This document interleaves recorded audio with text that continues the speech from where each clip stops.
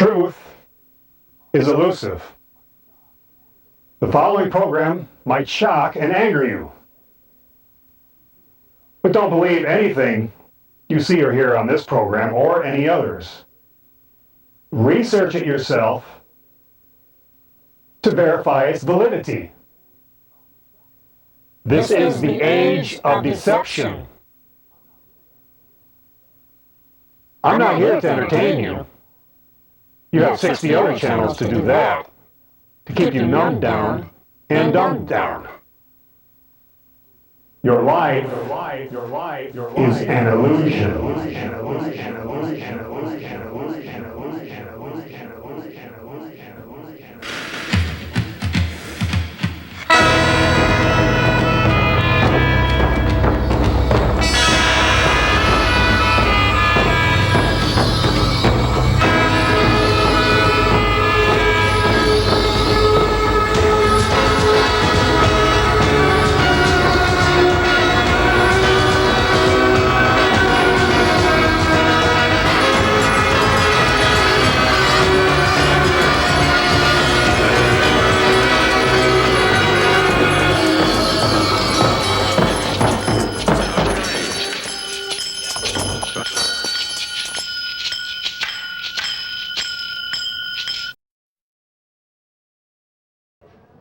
About 6 weeks ago, I got out of bed an extra hour early, which means I got up at 2 instead of 3 to run to Grand Rapids.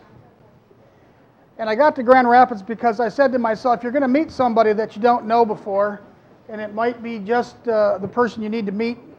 And I got down to the Marriott courtyard, hour and a half before a seminar, and I walked into the lobby, and there's a lady standing there like this, and I walked up and I said, are you going to the seminar? She goes, yes. She goes, I go, you waiting for somebody? She says, I think so. And I says, well, that's me. Let's go have breakfast. And we went into this restaurant, and we had this waiter come up, and we says, do you use real eggs and real butter? He says, well, yeah, we got real eggs. I seen them crack them, but we use margarine. I says, darn, you'll have to call an ambulance because I'm allergic to that stuff if you feed it to me. Maybe we'll just go somewhere else. He says, they've got butter. I'll make sure that it gets done. So they brought us this real nice breakfast, and he gets this panicked look on his face, and he grabs the plate of toast right out from underneath us, and he says, that was margarine. I didn't want to call the ambulance. And he comes back with our toast, and we tipped him very well for being rude because we said, are you sure that those eggs came from a chicken? I seen him cracking myself, and I says, you got a hen house full of sick chickens, sir. I do believe in organic farming. Chuck Walters is the founder and executive editor of Acres USA. I met him quite by mistake. I live in northern Michigan, and one of the biggest producers of revenue in northern Michigan is chopping down all of our trees and making things like pallets. And as a byproduct, there's slab wood, and I heat my house with wood. I was chasing down some wood on a Sunday morning, and everything that could go wrong went wrong to have me standing at the side of the road hitchhiking. Well, I get into a vehicle that a car stopped. It was the first one, and it was two gentlemen that were going to, as they put it, an organic beef farm, grass-fed. And I says, gosh, I'd love to eat a steak. I'd be getting all my fatty omega-9s and 12s, and you can forget the 6s and the arthritis pain. I only knew these guys maybe a minute and a half now, and the driver puts his head forward and says, well, this guy's an expert. And I said, what's he an expert at, sir? And he says, he's a beef geneticist. And I said, well, I'm a genetic researcher. Would you like to stop at my office? And he says, well, where are we going? I said, town. Of course, in northern Michigan, when you live by a town, that's where you go, is town. And he says, well, what town is it? And I said, Hillman. And I'm from Hillman, Michigan. And he looks at the map and he says, yep, that's where we're going next. And I says, well, would you like to come in my office? I've got all my research material, just happened to be ready to tell you about it. And he says, well, we got to go to this farm. Got about 5 minutes to spare. After 3 hours of talking with this gentleman, the one gentleman says, what are you doing with your research? And I says, I've been on an intellectual high just realizing this. And I said, I've been on one knee praying for 5 years. I have no idea how to get this information out. He says, you need to put this information in the hands of the farmer. And I says, well, that's a grassroots idea. He says, if the farmers can't grow good food, how can you expect to consume it? I says, that's fair game with me. And he says, well, we got to get you and Chuck in touch with Chuck Walters. And I go, who's he? And he goes, well, he's the publisher of Acres Magazine. And I go, what's Acres Magazine? I was oblivious, and it turns out this is the Cadillac of organic farming magazines. So the next day I get a call from Chuck Walters. He says, hi, I'm Chuck Walters. I'm blind, and I have to record everything we say because I have to go over it. Do you mind? I says, no. So he started asking me a few questions, and he says, well, we got to stop now. And I thought maybe 10, 15 minutes had passed, and he says, well, you've been talking to me for an hour and a half. And he says, what are you doing with this information? And I says, not a lot yet. He says, well, I'm going to write a book and publish it, and you're going to help me. And I says, well, I'm game for that. And it took us about a year and a half, and we come up with the book called Minerals for Tumor-Suppressing Genes. Now, Minerals for Tumor-Suppressing Genes is a book that's used to describe what minerals in relationship to what amino acids that are the building blocks of protein are needed to create a three-dimensional protein. And in this book, we describe chemical properties that affiliate with minerals that have electrical charge. And many minerals have multiple electric charges, and in the book I define what minerals you need to have that proper charge. Now, when I start speeches, I'm always very nervous. And here is a picture of where I'm not very nervous at all. This is approximately 500 miles into Canada, and I have a cottage on a lake, and this is the only cottage on a lake that's 4 miles long. And there's the kind of fish that you catch, and I know I'm not a vegetarian. I do like fish occasionally. These are a couple of doctors that quite time go up there frequently with me, and the one looking at us is from Florida, and he's an iridologist, and the gentleman below him is a vitamin representative from Professional Health Products, and he wanted to go up and try to sell his products, and all we did is fish. And when we fish, we cook up this amount of fish at one meal when we're up there. These are basically all organic walleye. And my residents on this lake are moose and caribou. And the only way you can get to this cottage is with that mode of transportation right there. The first book I have out, which is available for your entertainment, and this is strictly entertainment and relaxation and humor, has nothing to do with health, and I make no claims to have anybody derive any material from this book that has anything to do with healing or health. That's my disclaimer. Minerals for the Genetic Code, as I was describing, is the book that talks about what minerals are needed to make a three-dimensional structure. The second book, which is in the final stages, very final stages. I've said final stages for 9 months, but it's in the very final stages. It's called Minerals for Tumor-Suppressing Genes. And tumor-suppressing genes are your onboard protection not to get cancer. These genes are always supposed to be functioning, and if any of them go to sleep, whatever tumor-suppressing gene fell asleep, you will get the associated cancer with that. The third book that I've got done, which I'm going to finish this summer after Minerals for Tumor-Suppressing Genes is done, is called Minerals for Acupuncture Meridians. And there's ways of looking at body energy. Maybe somebody can stand there and say, my gosh, that's a nice turquoise aura you have, or intuitively know something about you. Other people can look at this as chakras and say, well, there's all these different levels of energy, and we relate to them as chakras. I relate the energy fields that I deal with as acupuncture energy meridians. And I attempt to explain why minerals are needed in what ratios, what amounts, what electron valences to create magnetic energy fields. Now, when I look at all this stuff and all the stuff I talk about, I try to talk about things in the context of a term coined by Albert Einstein called the Grand Unified Theory. This is the theory of everything, and I think DNA explains the theory of everything in terms of life. It has gravity, it has magnetism, it has weak and strong electrical forces.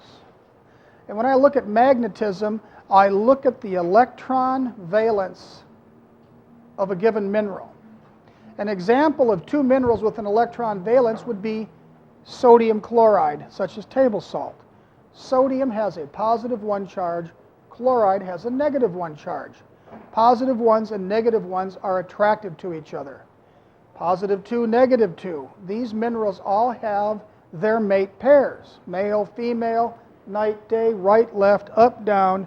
Third law of physics. For every reaction, there's an equal and opposite reaction. I don't care how you want to look at it, but everything seems to have an opposite. And I have taken the acupuncture meridians and I break them down by minerals according to these electron valences. And I use the laws of acupuncture and I redefine them and say this mineral has this quality, this mineral has this quality. I won't get into that aspect of the speech today because it's out of the context of just talking about a basic understanding of minerals. And the last one, it says amino acids for acupuncture meridians. Well, that book is going to look identical to minerals, except I can just take the mineral out and put in the individual amino acid names and dress the cover up different. It's actually the same book because the minerals and the amino acids are paired up in the first book, Minerals for the Genetic Code. I live on a very beautiful lake. It's 112 foot deep. It's 325 acres big. The water comes out of the ground probably somewhere, I couldn't even put a gallon per minute on it, but it starts a river. It's felt that the water starts from south of the magnetic North Pole and feeds Higgins Lake, Avalon Lake, Torch Lake. I believe that's the really big lakes that you would identify in northern Michigan. The fish in our lake live 3 times as long. It's my speculation that the water bonding angles are in the neighborhood of 103 that slows down everything affiliated with DNA life forms. I like living there because in my mind, if I live there and drink this water, I might live longer. Now, what's unusual about this day, you'll see that my 16-year-old son has a hat on. Yes, indeed, it's 40 degrees. Our environment is undergoing assault that is not going to really straighten out in any time near future. Come around the 3rd weekend of November, our lake freezes. 2 years ago, this picture was taken January 8th. 8 weeks after the lake is supposed to freeze, we're out water skiing, and the lake thawed March 10th, which meant that this lake wasn't even froze over 60 days. This past winter, it was froze 5 months. Now, as farmers need to grow food for us to eat, it needs to have minerals so that the DNA is properly expressed. And we need the strongest representation of DNA expression to withstand water problems, air problems, weather problems.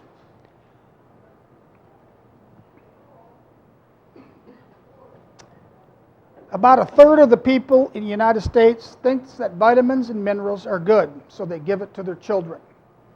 Where are the vitamins and minerals coming from?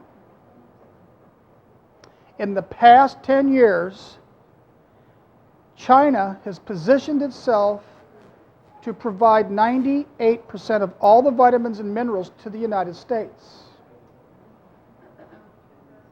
And we're not talking organic.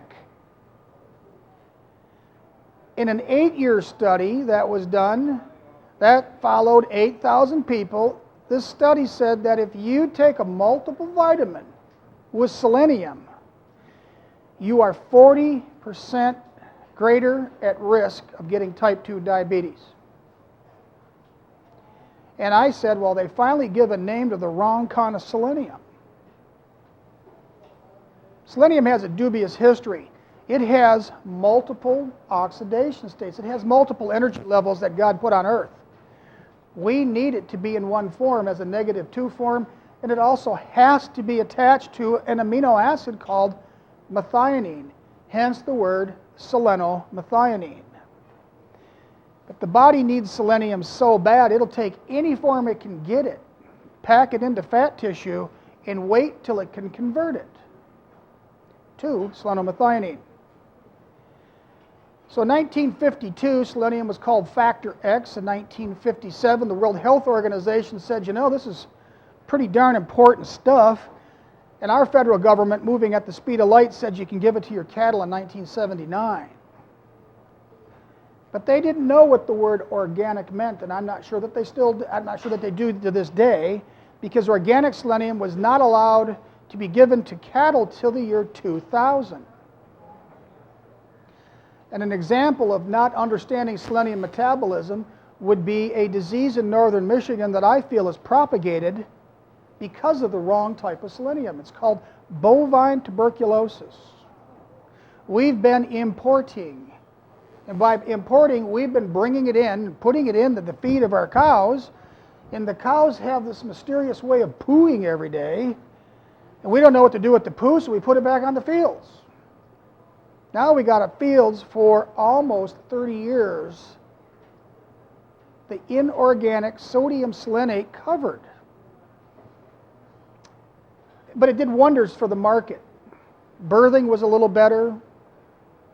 The bacteria count in milk went down. They couldn't live without it. They can't live without it. We're taking a 20-second break here because the camera got disturbed. Okay, we're all set. Okay. But nobody took a look at the literature. And the literature says if you are trying to grow tuberculosis in a petri dish, it takes 12 days.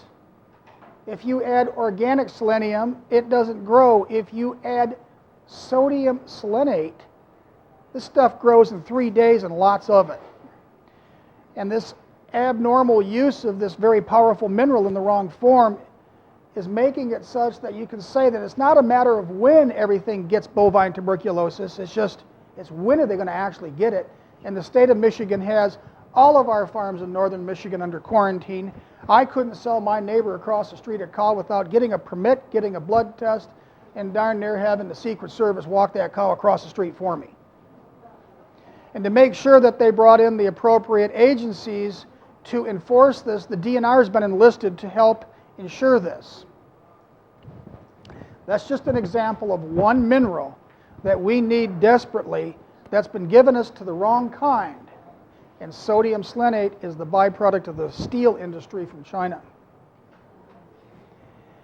Minerals for the genetic code. I have been working with minerals and the knowledge of subatomic particles since 1977. Magnesium is a very critical part to understanding how the body works in relation to minerals and genetics. When the sun hits the earth and turns everything luscious green like it's doing today, it's exciting the molecule called chlorophyll. And the center of the chlorophyll molecule is magnesium. And without magnesium, life is indispensable. And magnesium is the #1 mineral deficiency I see in practice and in life in general. The fastest way to run the magnesium out of your body, if you have it, is to not drink water. And I take a look at the water supply from this town here. It's coming from the city of Detroit. And the city of Detroit makes sure it's chlorinated, fluorinated, and last but not least, aluminum sulfated. That makes the water go from cloudy to clear. And fluorine is supposed to keep our children from having cavities. Unfortunately, it causes latent tooth eruption and all the teeth to be made with white spots. That controversy is all by itself. I am not a proponent of fluoride. But magnesium, I'm a massive proponent of. Everything that's this side of antimatter is matter, and matter is made of the smallest particles called quarks. And all the various ratios of quarks will determine what minerals there are, and DNA is the sorter of all minerals. DNA knows what frequency minerals oscillate at. It knows the shape. It knows what time of day to regenerate these minerals. It knows what acupuncture meridian it's supposed to charge up. It's for us to discover. DNA is doing it in every form of life that there is. The role of selenium in nutrition. For those of you who would like an absolute wonderful grounding in selenium, go to YouTube and type in selenium and nutrition. The guru of selenium in nutrition is Gerhard Schroeder. He's an elegant speaker. He lays out all the basic knowledge in 57 minutes that you will ever need to know on selenium. Selenium is found west of the Mississippi in the wrong form, and it's not found east of the Mississippi. The wrong forms of selenium have to be converted to the right forms into yeast condition. There's a question. Schroeder. Gerhard Schroeder. Just go to YouTube and type in selenium in nutrition, and at the very least, Ryan, we're going to try to rip that off, and I'm going to see if I can get permission to post it on my website for people to freely view. But it's freely viewable right now on YouTube, and type in selenium in nutrition. If you type in selenium, I believe there's 700 hits. When you type in selenium in nutrition, there's 1. Maybe 2, but you want to get Gerhard Schroeder. If you live east of the Mississippi, it's not in your soil. The second book, which I'm finishing up, is called Minerals for Tumor Suppressing Genes. The ultimate granddaddy of all tumor suppressing genes is called P53. And if you're writing stuff down, if you type in P53 and cancer, you will find that there are 900,000 hits. Everybody in the genetic fields knows that P53 has to work or you get cancer absolutely every single time. P53 don't work without selenomethionine. It's as simple as that. No selenium, no P53 activity. There's a selenium cycle in the human race. It goes from father, because the testicles place selenium on the head and the tail of a sperm. Sperm don't swim without selenium tails. Sperm don't penetrate eggs without selenium. The fertilized egg, the first thing it does is dissolve the head, dissolve the tail, recover the selenium, and then allows DNA to reassociate itself and make brand new chromatin. Don't happen without selenium. A, you don't get penetration, and B, you don't get fertility. Man gives it to women. Women reabsorb the selenium, dissolve it, and stores it in breast tissue, where it's there to protect against heavy metals such as lead, cadmium, mercury, arsenic, beryllium, barium. You can't get any of these heavy metals out of your system without having the proper form of selenium there. The book Atomic Suicide was written by Dr. Walter Russell and released in 1955, and it was his vision of the future as to the fallacies of digging rock up that was meant to be 5 miles underground, concentrating it, building nuclear reactors, and then saying we are smart enough to store radioactive material for 10 to 15,000 years. He just says leave it underground, let it do its job. Let the radiation underneath us dissolve the rock above it to create topsoil. But we don't do that. We've been dragging it out, concentrating it, and we're about ready to go to war over some country using it, whether it's Korea, North Korea, or Iraq, places that we don't want them to use radioactivity. In that book, we've got what's called the Russell Periodic Table. And those of you that are iridologists, that table is just waiting to be laid over the eye, which I've done. And it creates a brand new concept of iridology by taking the mineral chart and putting it in a circular motion. Where does one get a hold of one of them? Which one? The Russell chart. Just go to, the question is, where can one find the Walter Russell charts? You can go to my website and download them for nothing. My website is emineral.info.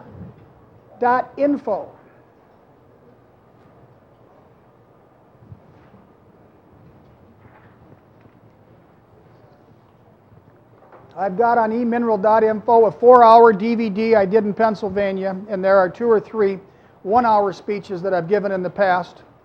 I try not to give the same speech twice. I always try to provide new and more updated information. My observations on the mineral chart, that there's a pattern. that repeats 9 times. Can everybody, is this chart visible in the back? Is it? Okay. Helium is a noble gas. It's a very happy, satisfied mineral. It doesn't want anything. It doesn't want to give up anything. It doesn't have electrons to share. You can't make it share electrons. If I had a piece of paper and I had a bunch of iron shavings, I can move that magnet and those iron shavings will follow it all around. That's a classical example of magnetism in full view. But there's lots of magnetism that work outside of just iron and a magnet. You're breathing helium, you're breathing argon, krypton, xenon, radon. You're breathing every one of these minerals right now. Are they having an effect on you? I think so. But because you can't go into a chemist's laboratory and say, well, we now have figured out the chemical reaction on how argon that does nothing works. It just, they don't have a chemical reaction. It's like saying, okay, chemistry teacher, I understand that lead and sulfur create this wonderful thing we call a car battery, but what happens when I stick that car battery on cement? Why does the thing go irreversibly dead overnight? I just shake their hand. I don't know. What are you talking about? That's not in the chemical equation. What's called magnetic induction.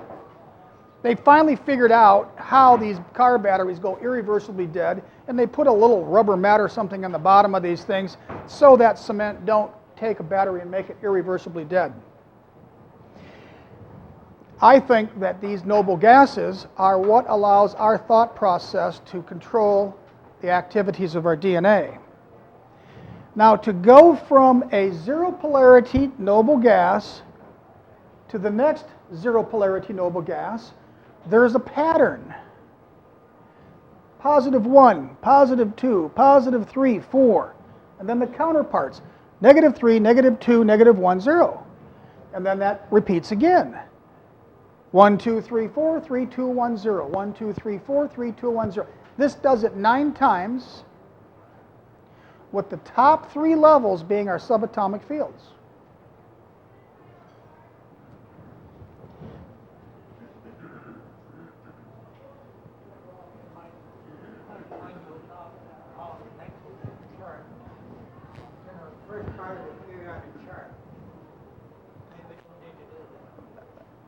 Well, I didn't understand that. I'm just wondering if you might want to point out the first part of it. That's the last thing I point out. The question was to point out the top of the chart first, but you have to understand the bottom of the chart so I can explain the top part of the chart. Off on the right-hand side, you'll see a 0, and then there's a very big bar. Well, every time you see a bar, we're going to change polarities. And we're going to go from 0 to 1, 2, 3, 4, 3, 2, 1, 0. This is the 9th level of energy, and every mineral on that level is radioactive to DNA. You don't want anything to do with any of these. Those that have idiot tubes know, because the government puts in your face, check your basement, because radon gas is the 2nd leading cause of lung cancer. It's radioactive. Keep breathing it in, you're going to get some effects. If you take a look at a mineral called plutonium, and plutonium is just 2 electrons shy of radon, anybody that's been exposed to cigarette smoke's been exposed to plutonium-210. This is the radioactive mineral released from tobacco, and it has a 45-day half-life, meaning whatever you got in, half of it's there in 45 days, and half of that's there in 45 days, and half of it's there in 45 days. And that is the #1 cause of lung cancer. Cigarettes may have from 150 to 600 chemicals, but it's the radioactivity that's emitting alpha radiation that's breaking down all the DNA bonds. It causes single breaks, it causes double breaks. And it burns out your tumor-suppressing genes to the point that your body cannot overcome as many breaks or dismantle as many breaks as the radiation causes. And when you overwhelm your tumor-suppressing genes to the lung and cells start to divide instead of naturally die, you've got cancer. I call it a chimney fire, too much smoke. Northern Michigan, you're more worried about a chimney fire than anything else. And when I get people that come in and they cough and hack, and I say, you still trying to get a chimney fire with them cigarettes? And they go, oh yeah, I guess so. Take one electron away from polonium, and you can go to the drugstore and buy Pepto-Bismol. I call that Pepto-Dismol because when you have to start taking radioactive metals just to keep your poop chute working, you're in trouble. You have to get off that stuff, and you have to find out what happened to your electron transfer system, that your system would be so messed up that you've got to use a level 9 mineral. The rest of these you don't have to talk too much about. Lead, thallium, mercury. You'll notice gold is in there. You won't see gold on me. I think gold's biologically radioactive, but there's a reason that it doesn't affect people like severe radiation. They put these minerals in an MRI machine, magnetic resonance imaging, and they can dial in the amount of energy they want, and they use 100 megahertz, which equals 1 for hydrogen, and they can tell where all these minerals have their peak amount of energy in terms of magnetic energy in megahertz. And the highest mineral we have in megahertz is fluorine, which oscillates at 94 megahertz, and gold oscillates at 1.3. So it doesn't have a tremendous amount of magnetic energy that it departs to you. If it does anything, it may just lower your frequencies a little bit, as opposed to keeping you where you need to be or expanding your energy levels. Now we're going to go from, on the right-hand side it says 0. We're going to go up to -1. This is level 8. And there's only one negative mineral, -1 mineral, in this level. This is iodine. Iodine has the most gravity. It has the most electrons surrounding the neutrons and protons. It has the greatest density. It controls all the negative ones on this chart, and it's stored in your thyroid, and your thyroid is the most important organ in the body, and if that's not working right, there isn't anything else that is going to be working right. Iodine. It don't get more important than iodine. So when I talk to people and they say, well, iodine, I go, yeah, you know, how often do you go to Red Lobster? Well, that's pretty expensive. How often do you go and buy a steak salmon, or how often do you eat tuna fish for that? Not many people eat a lot of it. You got to have 5 meals from the ocean, preferably greens. What kind of greens? Sea vegetables. The women of Okinawa have the lowest cancer rates in the world. 50% of their diet's sea vegetables. The other 50 moved down to the island after they were kids. These minerals come from the ocean. Sea kelp knows how to sort this stuff out. It's been around since the oceans. Very important. You can go to your doctor and you can say, look, my thyroid is swelled up. I can't stand hot. I can't stand cold. I can't be warm. And they take your blood test and they go, there's nothing wrong. And you're surprised, but you're relieved at the same time. I would be surprised if they said it was normal, although because you are not proven to have a problem on your blood test, you're considered normal. How long do you got to wait before the blood test goes abnormal before they say, you know, you might have a goiter there. We should have done something 7 years ago. So look at your iodine levels, and potassium iodine is not your source of potassium. Iodized salt, they used to add it to everything. They added it to milk, they added it to everything. They used to have iodine tinctures when you scraped yourself. Where do you buy iodine now? You just don't, I mean, you have to go out of your way to get it. An inorganic form is potassium iodine. And if you handed me a multiple vitamin right now, I would say, what's the source of iodine? Does it say iodine from sea kelp? I'd say read on. If it says potassium iodine, I'd say that's it. We're all done. And if it says potassium iodine, it's done. If it says iodine from sea kelp, I go, okay, where's the selenium coming from? And if it says selenomethionine, at least I got enough intelligence to get the two most important minerals right. Most everything else is going to be okay. But when you see potassium iodine and sodium selenate in there, you're now talking about commonly bought, over-the-counter multiple vitamins that will have 3 forms of aluminum in it, because that's how they get the preservatives in there that gives it a 5-day shelf life. And sometimes they actually tell you it's aluminum, but most of the time it says FD and C, yellow, blue, or red, lake. Lake Huron or Lake Erie. If it has the word lake in the ingredient list, that's aluminum. And I also see such fun-loving compounds like ethylene glycol, which is antifreeze. I see polyvinyl chloride, which is plastic, in the ingredient list of the multiple vitamins. We need lanthanum. You can't grow a cucumber without it. Barium, well, we need maybe barium, but if you ever got it detected on you, you probably got too much. There's a few minerals here that I indicate we need, but if you get tested and find them, you probably have more than what you need. And barium would be one of them. The health-minded people have heard the expression, cesium, alkalize or die. I never really understood what the word alkalize or die means until I was researching P53. And P53 is just this absolute terrible gene because it kills everything in its wake. And the body has a way to keep this under lock and key. And every cell in your body has P53, and P53 is under lock and key with a gene called MDM2. They all got big fancy names. I don't take the time to remember that, but MDM2 is the lock and key to P53.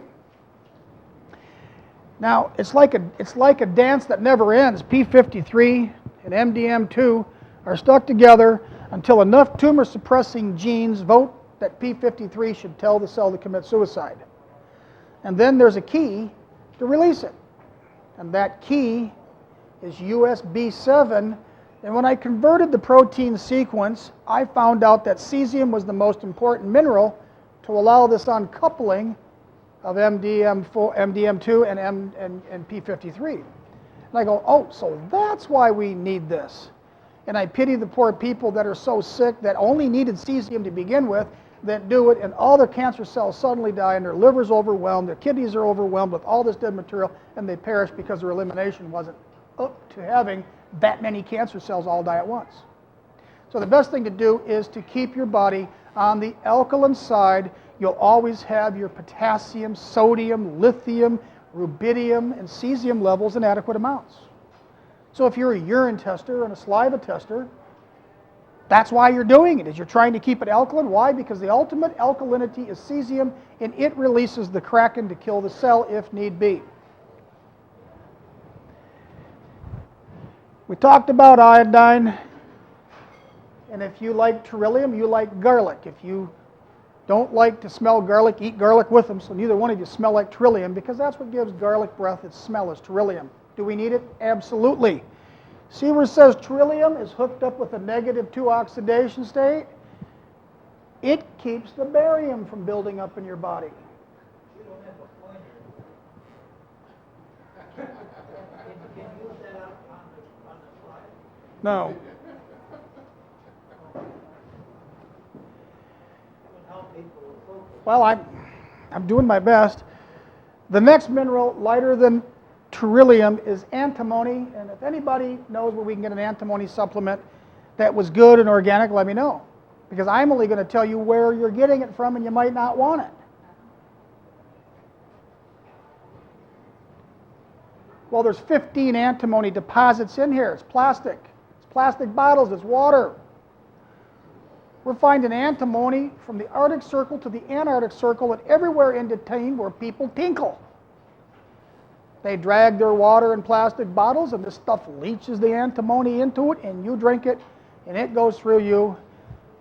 And we don't even know what the long-term effects of that is, because we haven't had this much antimony in man ever.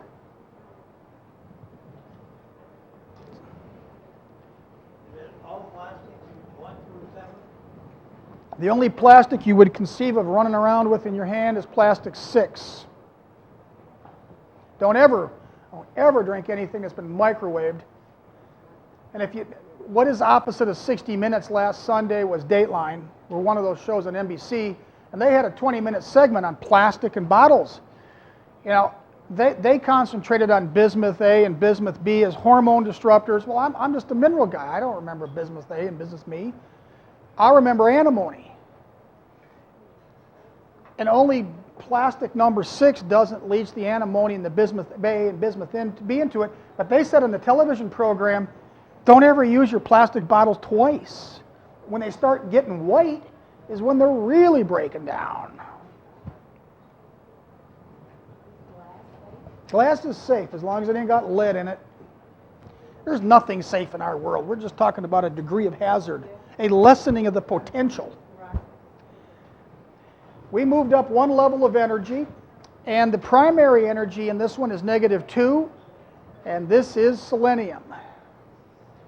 And selenomethionine, I want to say it again, selenomethionine is what you want to consume, and you can consume a lot of it without it being toxic. Your body will use it, lose it. When it loses, it'll take lead, mercury, cadmium, and some arsenic with it. Right next to selenium is arsenic. The largest poisoning on Earth occurred in Bangladesh. The World Health Organization went in there 32 years ago and says, you know, you only have 2 and 5 children make it to 5 years old. Y'all wash in the river, y'all take your animals in the river, and you get your drinking water from the river, and it's polluted. Here is a pounder, here's a pint, and here's a pump. And they went and bought 30 million people, pumps, pipes, and wells. Nobody checked the water. It's the largest arsenic basin in the world. It's a petri dish gone bad because it's the real thing. So 30 years later, they go back and they go, well, you're dying of arsenic poisoning, you're dying of arsenic cancer, you're dying of this. Well, you're not dying and you're drinking the same water. What's wrong with this guy? He's not dying. And it turned out to be folic acid and vitamin B and selenium. Folic acid and selenium were the 2 things that people had in their system that kept the arsenic going through their system, not settling into them, raising havoc with the system. Now, is arsenic necessary? Absolutely. When a woman conceives a boy at the end of the first trimester, if she is arsenic deficient, she will lose the child every time.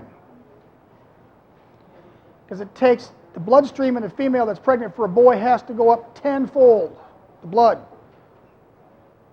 Courtesy of Playboy magazine, I was reading it that day.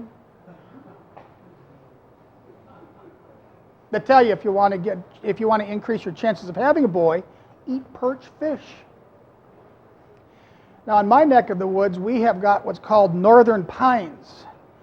And if I have a woman that is into spontaneous abortion, at the end of the first trimester, we get 4 or 5 fresh pine needles, cut them up, put them into boiling water, set them 20 minutes, and that's enough arsenic for the next 5 years.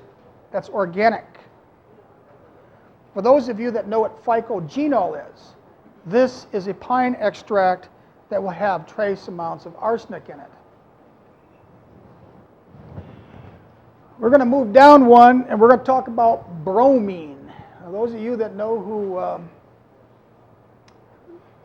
osteopath up Bloomfield Hills, big iodine guy, just wrote a Brownstein, Dr. Brownstein, you know, a lot of research on iodine. Well, the fastest way to get iodine out of your body is to consume bromine.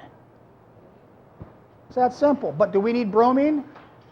Absolutely. Anybody that has a true case of Parkinson's, their brain is without bromine.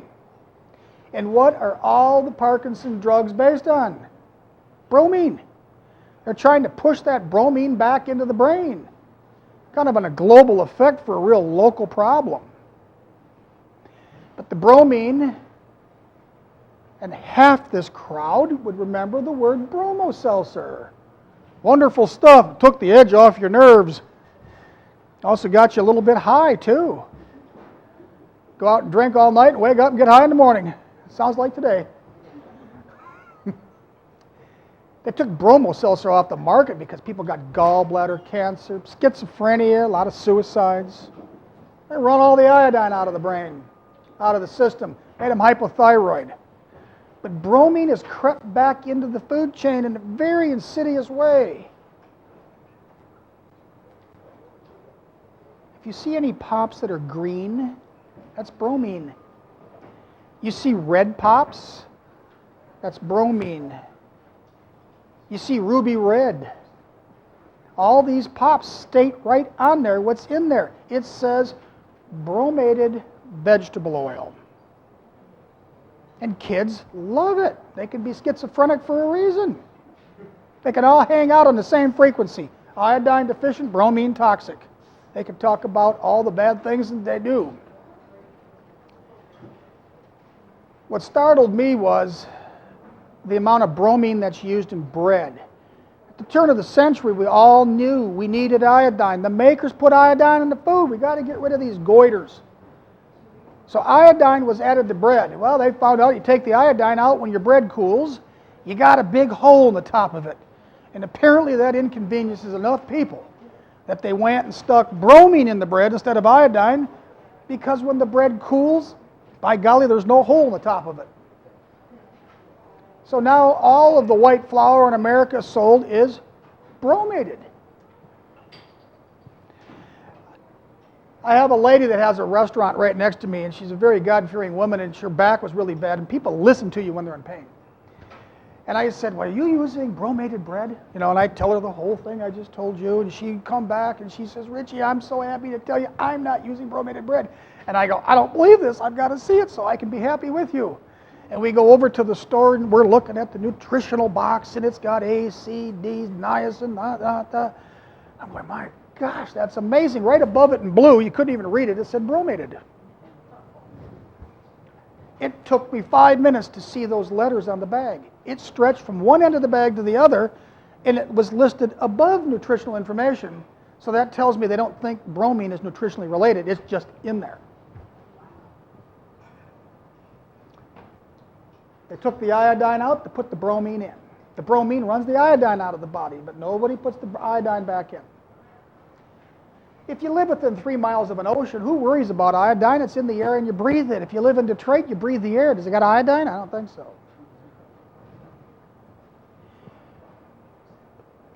Rubidium, very wonderful mineral. If you know anybody that's bipolar taking lithium, tell them about rubidium. If you know anybody that's on lithium for depression, they need to learn about rubidium. You're supposedly about 380 milligrams of rubidium in every body. That's normal. When rubidium gets low, lithium tends to lock itself up and doesn't mobilize. When you give people organic rubidium, it's usually 100 micrograms a day. It follows the same path chemicals as potassium, and it mobilizes lithium. I have a lady that went from 1,200 milligrams of lithium a day to just keep her slightly catatonic to 200 milligrams of lithium, and as normal as anybody I've seen in 60 days. It's that powerful, it's that potent, it's that much needed. Rubidium, you get it from radish skins. That's why radish skins are partly red. Question? So you're saying if somebody is on lithium therapy, lithium carbonate therapy, they should be getting rubidium. they need to get on rubidium because they can under supervision. Remember, this is only for your entertainment that I'm talking about. Under supervision, can drastically lower their lithium levels. When you take this amount of lithium, you're constantly under the auspice of the lab because you're just waiting for your liver to go bad. Question? What kind of skin you get that from? Radishes. Radish skin? In the book Minerals for the Genetic Code, every mineral I talk about, we have a plant or tree source. And I didn't do the work. Dr. James Duke, a very famous guy in this field, We got his written permission to publicize it. And he's got a website. You can type James Duke, and he's got you can do all the queries you want. I did the queries on the individual minerals, and that's what we have in the book, by the parts per million. Hmm?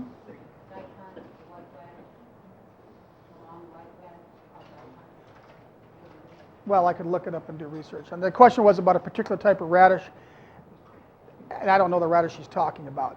But rubidium is very important to realize when you have people that have got themselves into problems with depression. There's usually a lithium imbalance in relation to rubidium. And the only way I can explain the way this works is rubidium is a positive 1 mineral, lithium is a positive 1 mineral, and think of these as 2 positive 1 magnets. And when you take magnets of like a kind and put them together, they repel. But when this rubidium goes in, it puts into function the lithium that's already there. Nobody's done an autopsy and says these things are so low unless they commit suicide. People that auto-terminate normally have very low lithium levels, but there's a ton of bipolar people out there that have adequate amounts of lithium. They're just lacking rubidium. Next question. So the rubidium is recycling the lithium. Yeah. And well, now if you're saying the lithium gets caught in the liver, right? Will the rubidium then cause the lithium to be cycled out of the liver? Rubidium is going to be cycled out of the spleen. Lithium gets cycled out of the spleen. It may end up in the toilet via the liver, but its detoxification pathways are going to go through the lymphatic system, and it's going to end up in the spleen. Because every one of these minerals has a profound effect on an acupuncture meridian, and lithium and rubidium fall on the spleen meridian.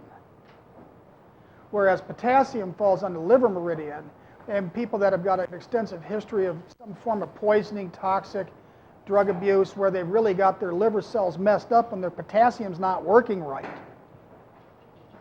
This is where the secondary effect of messing up with 1 positive 1 mineral has other effects on other positive 1 minerals. If you give somebody a ton of lithium, what you're looking for is the potassium levels to bottom right out. And then when the potassium levels bottom out, they get liver damage. So there's a constant surveillance of the blood, making sure that the liver damage isn't occurring from real low potassium levels. And these minerals have to be in the right balance.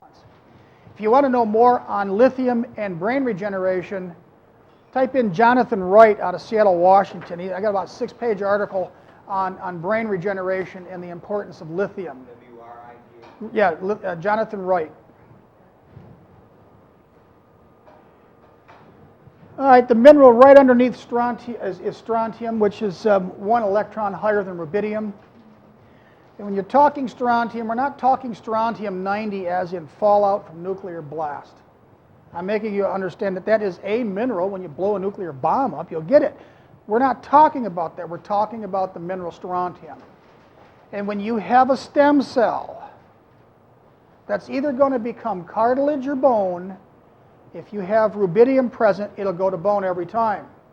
If the rubidium stores in your body are below 280 milligrams, it's going to go to cartilage. And the result is called osteoporosis. You have to have strontium present to regenerate your bone structure. A lot of older women pick up and take Sally Field pills. And the classification of these pills are called biophosphates.